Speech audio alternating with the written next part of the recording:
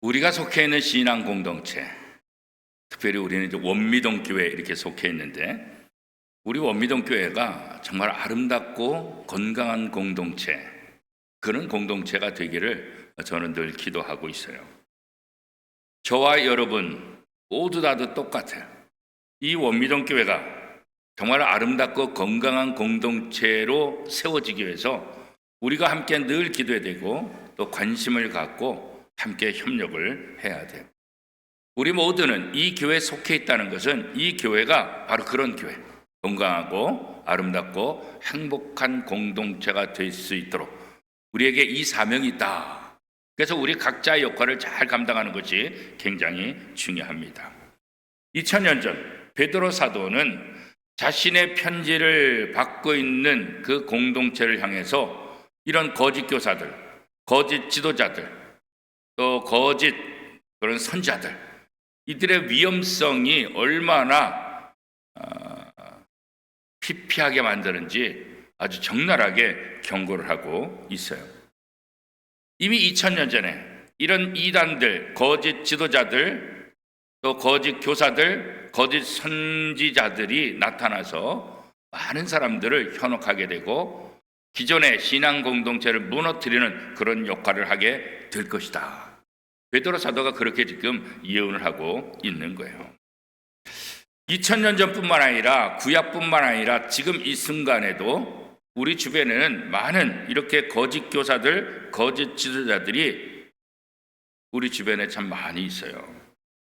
이들을 통해서 많은 사람들이 유혹당하고 넘어지고 또 잘못된 길로 가는 안타까움이 있죠. 그게 제일 마음 아픈 거예요. 누구보다도 신앙생활 열심히 하는데, 누구보다도 교회 열심히 다니는데 이단에 다니는 거예요. 이단. 이것보다 마음 아픈 거 없어요. 차라리 안 믿는 게 낫지.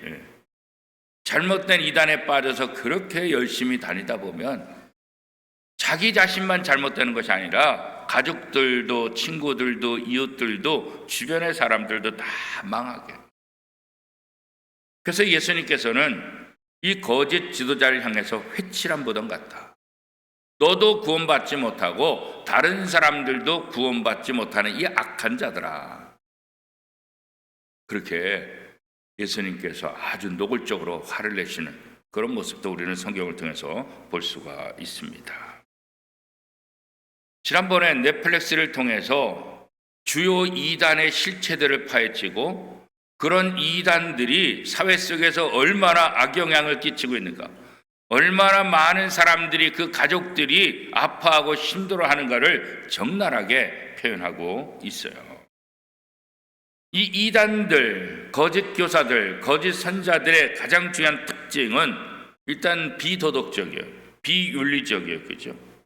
오늘 2절 말씀 같이 한번 읽어보겠습니다. 베드로후서 2장 2절입니다. 시작.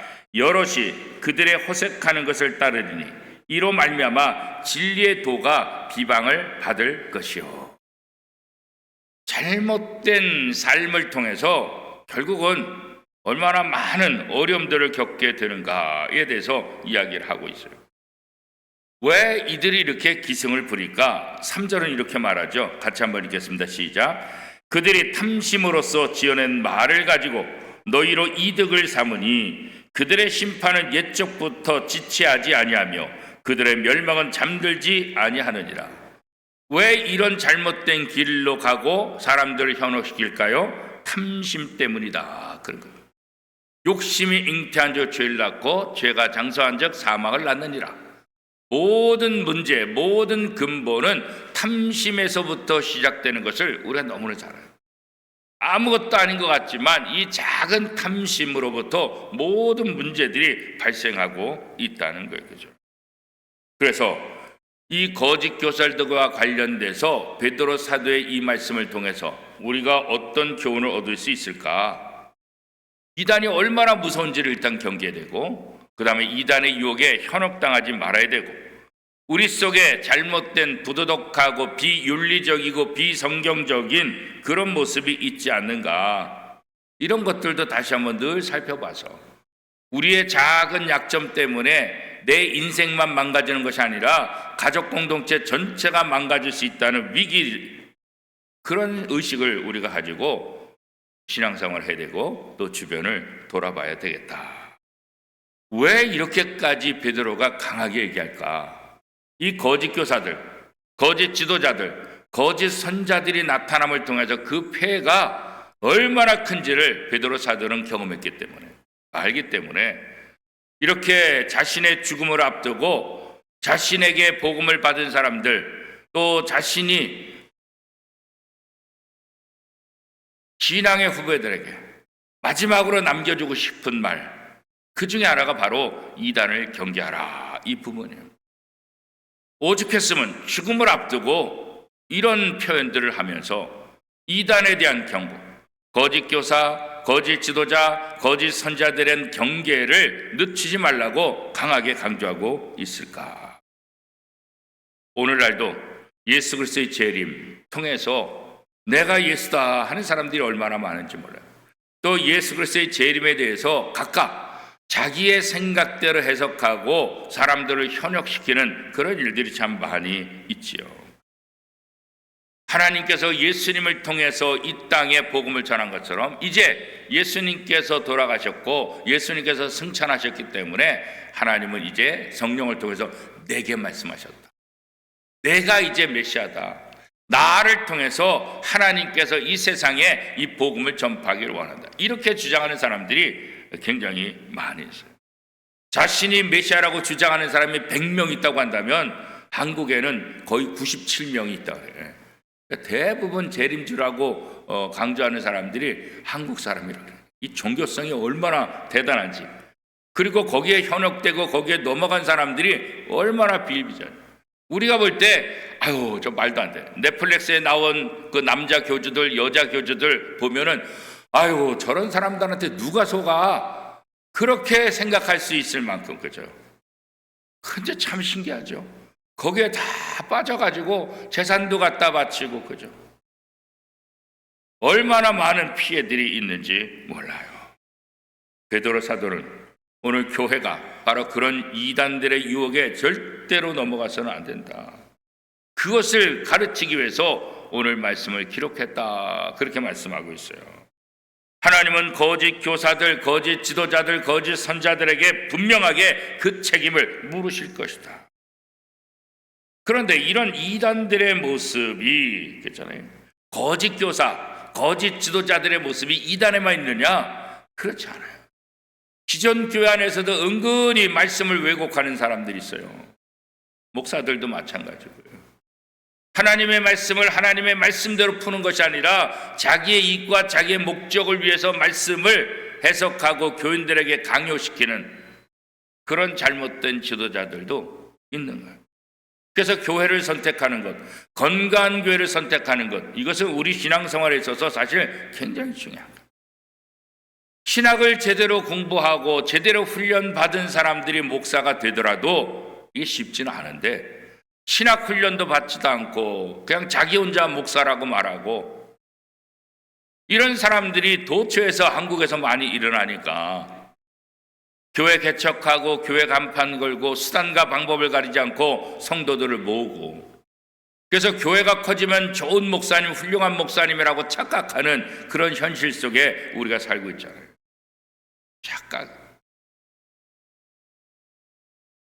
TV에서 설교 방송한다고 훌륭한 목사라고 생각하는 성도들도 꽤 있잖아요. 그죠? 사실 목사의 입장에서 바라보면 저 설교는 너무나 위험한데, 그래도 성도들 입장에서는 또 그게 은혜롭다고 좋다고 얘기하시는 분들이 참 많아요. 뭐라고 말하지는 못하지만 안타까운 그런 모습들. 그래서 일단은 자기가 속한 공동체를 통해서 말씀 훈련을 받아야 된다는 것이 전체적으로 가장 기본적인 그런 방침들. 그래야 이단에 넘어가지 않고 이단들의 유혹에 걸리지 않는다. 그렇게 많은 사람들이, 또 이단 전문가들이 그렇게 이야기들을 하고 있어요. 우리 자신 안에 불경건하고 비윤리적이고 비성경적인 모습들이 있지 않는가? 얼마든지 있을 수 있어요. 그래서 건강한 교회, 이 공동체를 통해서 훈련을 받아야 되는 거예요. 내 생각이 다 옳은 것 아니에요. 내 신앙의 방법이 다 옳은 것 아니에요. 그렇기 때문에 언제나 바른 지도를 받아야 돼요. 물론 목회자로부터 지도받지만 서로 성도 간에, 서로 간에 서로에게 도움이 되고 서로에게 바른 것을 알려주는, 그래서 공동체가 건강해지고 공동체가 함께 성장하는 그런 책임이 우리 서로에게 있다. 그래서 성경은 각각 서로 돌아보아 이렇게 말하고 있는 거예요. 기독교 신앙은 혼자 하는 게 아니에요. 함께 서로 돌아보는 거예요. 나만 성장하는 것이 아니라 성장하지 못하는 성도들을 돌아보면서 그가 성장할 수 있도록 함께 기도해주고 격려해주고 함께 독려하는 거예요. 모이기를 폐하는 그런 사람들 따라가지 말고 예수 그리스도의 재림이 가까울수록 우리가 더 열심히 모이자, 그렇게 우리에게 권면하고 있잖아요. 마태복음 13장에 보면 이미 예수님 당시에도 이런 이단들에 대한 경고들을 예수님께서 참 많이 하셨잖아요. 마태복음 13장에 보면 어떤 비유가 있어요? 알곡과 가라지 비유가 있잖아요. 알곡과 가라지. 제자들이 예수님 이 가라지 다 뽑아버릴까요? 그때 예수님께서 뭐라고 했어요? 놔둬라, 놔둬라. 가라지 뽑다가 알곡까지 뽑힐까? 나중에 심판 때 알곡과 가라지가 구별될 테니까 그때까지 기다려라. 이 말은 뭐겠어요? 우리의 삶의 현실 속에서 이 가라지가 언제나 존재한다는 거예요. 이 가라지 때문에 우리가 피해를 볼 수 있는 그런 상황 속에 우리가 언제나 함께 존재하고 있다는 것을 얘기하는 거예요. 이 가라지들이 반드시 이단만 얘기하느냐? 그렇지 않아요. 신앙생활을 하는 사람들 속에서도 가라지 역할을 한 사람들이 얼마든지 많이 있다는 거예요. 신앙인은 둘 중에 하나예요. 알곡 신자로 성장하느냐, 가라지가. 나는 지금 알곡 신자로서 건강한 모습으로 성장하고 있는가, 아니면 가라지 이 역할이 내 속에 있지는 않는가. 우리가 언제나 우리 자신을 되돌아봐요. 그래서 언제나 기도하는 것이 중요하고 언제나 말씀을 붙잡고 기도하는 거예요. 그냥 기도만 해서는 안 되고 말씀을 배우고 말씀을 붙잡고 기도해야 분별력이 생기는 거지, 하나님의 말씀을 모르면서 기도만 한다고 될 수 없다고요. 무엇이 옳은지, 무엇이 하나님의 뜻인지, 무엇이 하나님이 기뻐하는지 이것을 알아야만 기도도 올바로 할 수 있는 거예요. 알지 못하고 기도하면 이게 위험에 빠질 가능성이 많은 거예요. 하나님의 말씀을 잘 하지 못하면서 뜨거운 사람들이 이 이단에 빠질 가능성이 많아요. 하나님의 말씀에 대한 지식은 많은데 뜨겁지 못하면은 이건 또 바리새인 쪽에 빠질 가능성이 많아요. 하나님의 말씀을 하니까 자꾸 남을 지적하는 거지. 뭐가 잘못됐다, 뭐가 잘못됐다. 물론 상대방의 잘못되는 것을 얘기해 주는 건 좋아요. 그러나 그 사람을 살리기 위해서 사랑하는 마음으로 해주는 것이 옳은 거지, 지적질하고 깎아내리고 비판하기 위해서 해서는 안 된다는 거예요. 그래서 이 교회 안에서 내 모습은 어떠한 모습인가, 그런 거예요. 이 거짓 교사들, 이들의 가장 중요한 특징은 아까 뭐라고 그랬어요? 탐심이다 그랬어요. 탐심. 오늘 우리도 마찬가지예요. 잘못된 욕심 때문에 우리가 위기에 빠질 가능성이 있어요. 왜 사기당해요? 욕심 때문에 사기당하는 거예요. 그렇죠? 욕심이 있으니까 사기당하는 거예요. 욕심이 없으면은 내가 일한 만큼 얻는 것이 아니라 일하지도 않고 일확천금을 얻을 그런 욕심 때문에 사기에 빠지게 되는 거예요. 그런 유혹에 넘어가게 되는 거예요. 그렇죠? 그래서 우리가 늘 말씀을 묵상하면서 하나님이 내게 원하시는 것이 무엇인가, 이거 붙잡고 기도하는 거, 이거 굉장히 중요한 거예요. 베드로 사도는 이렇게 구약뿐만 아니라 많은 시대에 이단들이 출현했고 그 이단들을 경고함을 통해서 자신들의 신앙의 후배들, 자신에게 복음을 전해받은 사람들을 건강하게 지키려고 하는 그런 모습을 오늘 본문을 통해서 볼 수 있죠. 그 잘못된 이단들, 잘못된 거짓 교사들, 거짓 지도자들, 거짓 선자들, 이들의 결말이 어떻게 되느냐? 그들은 하나님께서 반드시 심판하신다. 크게 대표적으로 세 부류를 얘기하고 있는데, 첫 번째는 누굴 얘기하고 있어요? 4절 말씀 우리 같이 한번 읽어보겠습니다. 4절, 같이 읽겠습니다. 시작. 하나님이 범죄한 천사들을 용서하지 아니하시고 지옥에 던져 어두운 구덩이에 두어 심판 때까지 지키게 하셨으며. 이 천사들이 타락해서, 그래서 원래 사단이 있는 거 아니잖아요. 하나님이 사단을 창조한 게 아니잖아요. 천사가 타락해서 사단이 된 거잖아요. 그죠? 결국 이 천사들이 타락해서 하나님으로부터 쫓겨남을 당했다. 그렇게 오늘 4절 말씀이 말씀하고 있죠. 어두운 구덩이에 두어 심판 때까지 지키겠다. 5절 말씀은 어떻게 말하고 있습니까? 5절 같이 읽겠습니다. 시작. 옛 세상을 용서하지 아니하시고 오직 의를 전파하는 노아와 그 7 식구를 보존하시고 경건하지 않은 자들의 세상에 홍수를 내리셨으며. 자, 5절 말씀에 보면 노아 시대에 모든 사람들이 죄가 엄청나게 많아지고 더 이상 하나님이 봐줄 수 없을 정도로 죄가 관영했다. 죄악으로 다 물들었다. 그래서 이 모든 불의한 사람들을 홍수를 통해서 다 심판하셨다라는 것을 5절이 설명하고 있죠. 6절에서 8절까지 말씀 같이 읽겠습니다. 시작. 소돔과 고모라 성을 멸망하기로 정하여 죄가 되게 하사 후세에 경건하지 아니할 자들에게 본을 삼으셨으며 무법한 자들의 음란한 행실로 말미암아 고통당하는 의로운 롯을 건지셨으니 이는 이 의인이 그들 중에 거하여 날마다 저 불법한 행실을 보고 들음으로 그 의로운 심령이 상함이라. 그죠? 우리 주변에 불법한 사람들, 의롭지 못한 사람들 때문에 경건한 사람들이 점점 물들어가고 있다.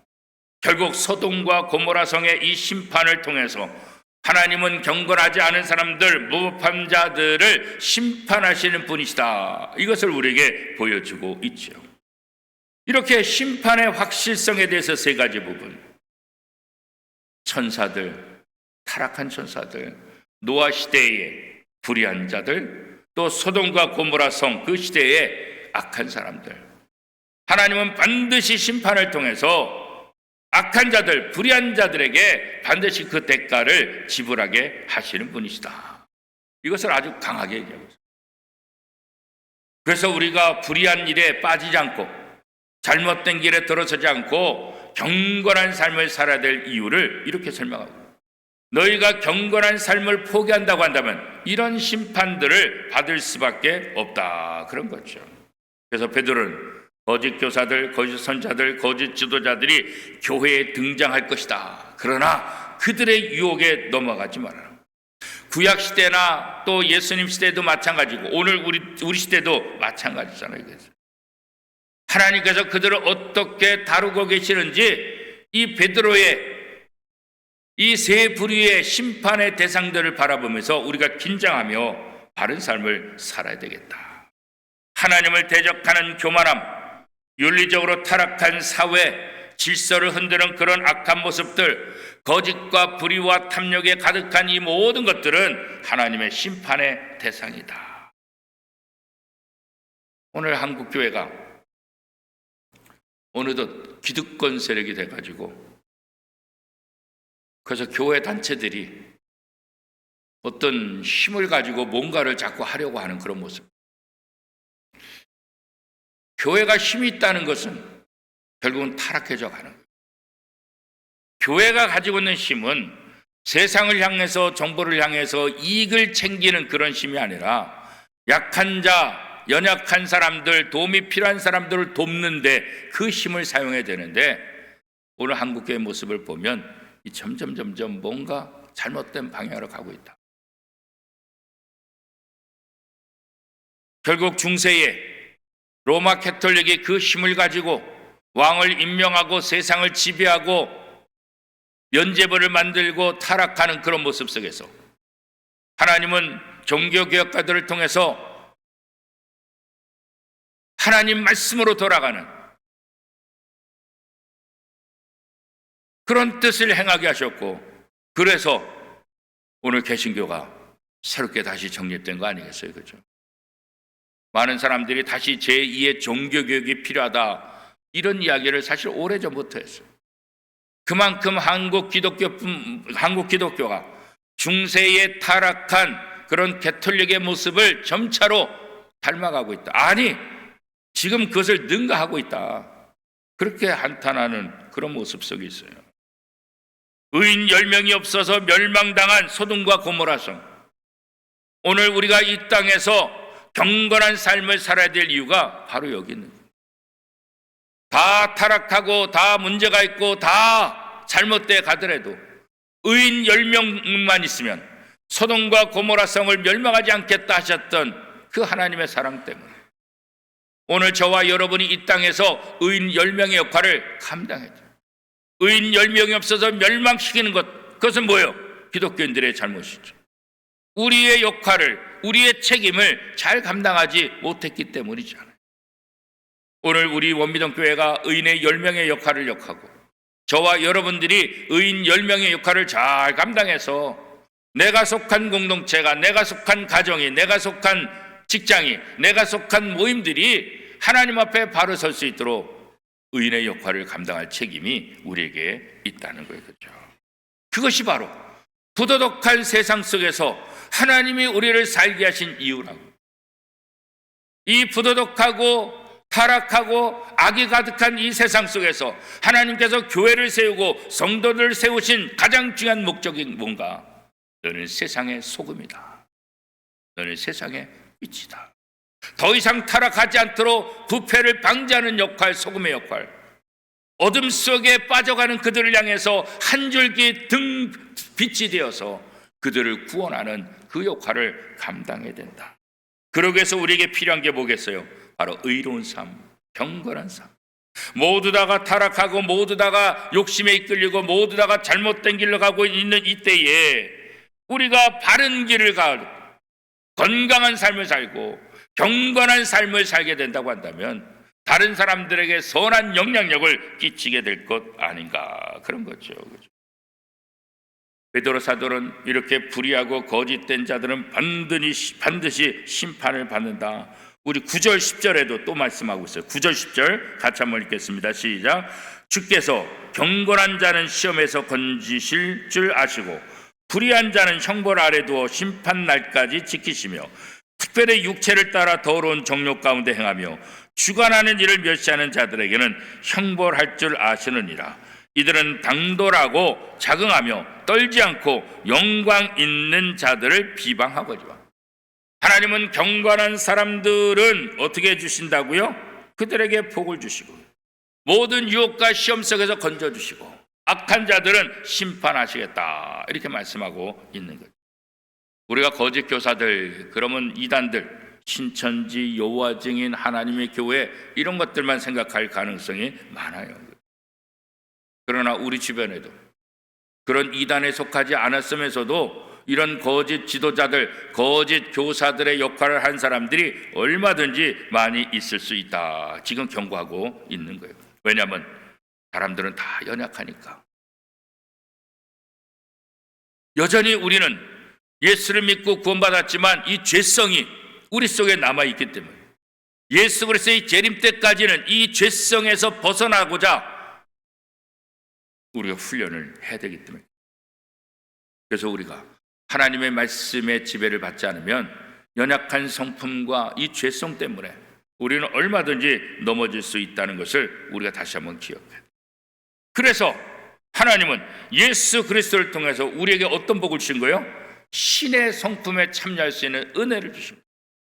죄인인 우리가 어떻게 하나님의 성품을 갖고 있을 수 있어요? 그래서 예수 그리스도를 통해서 하나님의 성품을 우리에게 주시고자 합니다. 너희는 이 세상에 살고 있지만 하나님의 성품을 가진 사람으로서 경건한 삶을 살아라. 의로운 삶을 살아라. 다른 사람들에게 멋진 모델이 되라. 그렇게 우리에게 다시 한번 말씀하고 있는 거예요. 내가 신의 성품에 참여한 사람이다. 이거를 늘 기억하고 있다는 것은 우리가 경건한 삶을 사는 데 있어서 굉장히 중요한 역할을 하는 거예요. 그래서 무엇보다도 이렇게 새벽에 나와서 기도하는 것도 우리의 경건한 삶을 유지하는 데 굉장히 중요한 거죠. 찬송하고 말씀을 듣고, 그렇죠.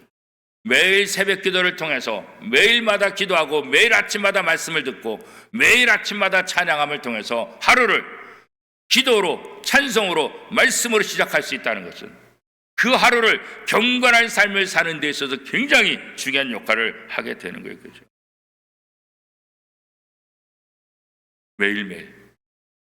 매일매일. 우리가 매일매일 매 끼마다 식사를 하는 것처럼 매일매일마다 우리는 하나님의 말씀의 훈련이 필요한 거예요. 급할수록 돌아가자. 급할수록 정도를 가자. 분주할수록 조용한 시간을 갖자. 그런 얘기들이 왜 있겠어요, 그죠? 오늘 우리 원미동교회가, 우리 한국교회가 정말 경건한 삶의 모습을 보이는 그런 교회로, 그런 성도로 다시 회복할 때입니다. 왜 교회를 향해서, 왜 교인들을 향해서 손가락질을 하고 있을까? 다 우리들 때문 아니겠어요? 우리가 본을 보이지 못하고, 우리가 경건한 삶을 살지 못하고, 우리가 의로운 삶을 살지 못하기 때문에 예수 믿는 것들도 그래? 예수 믿는 것들도 별 볼 일 없네. 과거에는 그렇지 않았죠. 어쩐지 예수 믿는 사람들은 달라. 역시 예수 믿는 사람들은 믿을만해. 이거 다시 회복해야 되지 않겠습니까? 후반전을 어떻게 살 것인가? 이 경건을 회복함을 통해서 하나님의 의를 드러내고 나만 사는 것이 아니라 나를 통해서 다른 사람을 살리는 삶, 이것이 바로 하나님께서 원하시는 삶이에요. 오늘 하루도 또 2024년도 이 후반전을 살면서 경건한 삶을 살아가는 저와 여러분의 삶이 될 수 있기를 축복합니다.